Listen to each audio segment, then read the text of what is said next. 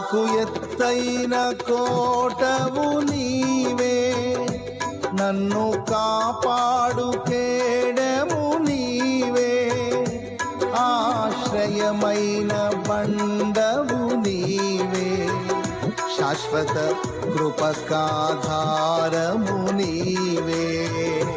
నా ప్రతిక్షణమును నీవు దీవెనగా మార్చి నడిపించుచున్నావు. ఈ స్తుతి మహిమలు నీకే చెల్లించెదను జీవితాంతము. ఘనమైన వీరి కార్యములు నా ఎడల, స్థిరమైన వీని ఆలోచనలు నా యేసయ్యా. కృపలను పొందుచు కృతజ్ఞత కలిగి